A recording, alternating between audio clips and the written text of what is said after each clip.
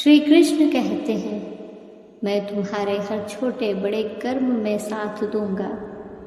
तुम्हारा जो दिल करे उसको करो, लेकिन नम्रता और सरलता के साथ करना, अहंकार के साथ नहीं।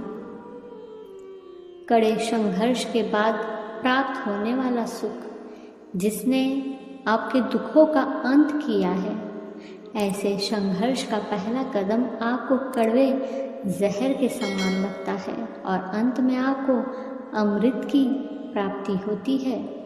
इस तरह का सुख केवल मन की शांति से प्राप्त हो सकता है। अपनी भूत की घटनाओं पर चिंतित होना व्यर्थ है।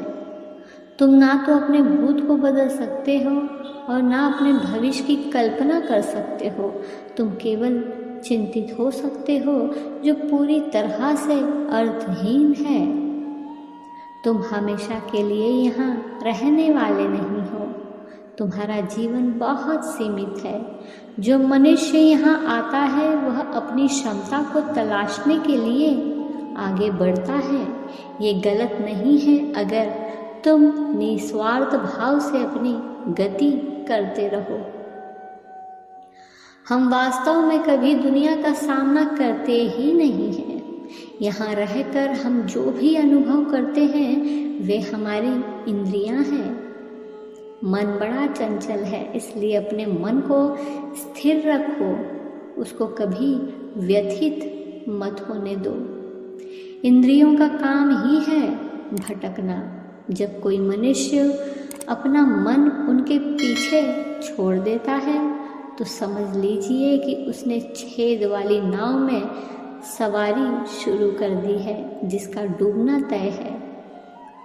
आपने जो कुछ भी किया वह आपके साथ एक दाग की तरह चलेगा, इसलिए अपने कर्म में शुद्धि लाओ। ऐसा कोई नहीं है जिसका सदियों से अस्तित्व है और ना ही ऐसा कोई है जिसका सदियों बाद अस्तित्व रहेगा। यहाँ कुछ स्थायी नहीं है। तुम केवल अपने कर्म पर नियंत्रण कर सकते हो। तुम्हारे कर्म के परिणाम का तुम दावा नहीं कर सकते। हारने का डर, असफलता का भय, कर्मों के साथ भावना जोड़ना सफलता की सबसे बड़ी बाधा है।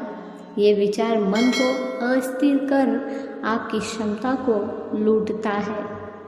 स्वार्थ से जुड़े कर्म आपको दुनिया में कैद करते हैं। व्यक्तिगत लाभ के बारे में नहीं सोचे और निस्वार्थ भाव से काम करें। अपनी इच्छा शक्ति से खुद को नया आकार दो। अपने आप को कभी स्व इच्छा से नीचा मत होने दो। मनुष्य भाग्य को अपने हाथ में ले सकता है। वह अपने कर्म के प्रति जिम्मेदार है। अगर किसी तरह वह अपने कर्मों का नियंत्रण करना सीख जाए तो भाग्य उसके नियंत्रण में आ सकता है।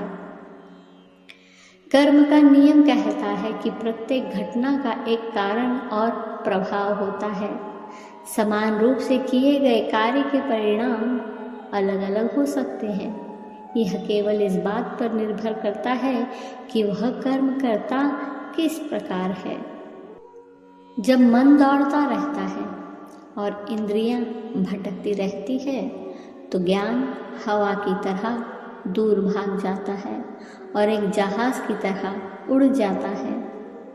तुम्हारी अधूरी इच्छाएं तुम्हारी खुशी को मार देती है, इसलिए इच्छाओं की कमी एक खुशी की कुंजी है। वह काम जिसकी शुरुआत किसी अच्छे उद्देश्य के लिए की गई हो, उसका अंत कभी बुरा नहीं होता है। एक ही समय में मन में दो विचारों को लेकर चलने वालों के लिए कोई सुख का मार्ग नहीं है। थोड़ा थोड़ा करके धैर्य और बार बार प्रयास से आप अपने मन को नियंत्रित कर सकते हैं।